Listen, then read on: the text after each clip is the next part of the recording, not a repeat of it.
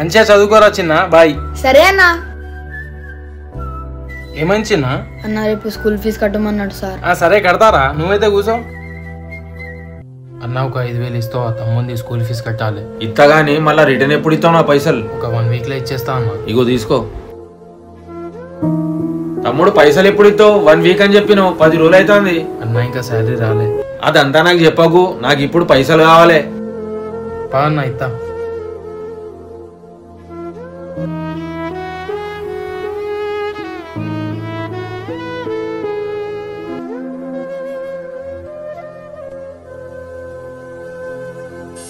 అరే నా face wash అడిగినావు కాదురా, ఇగో ఇదేరా నేను యూజ్ చేసేది.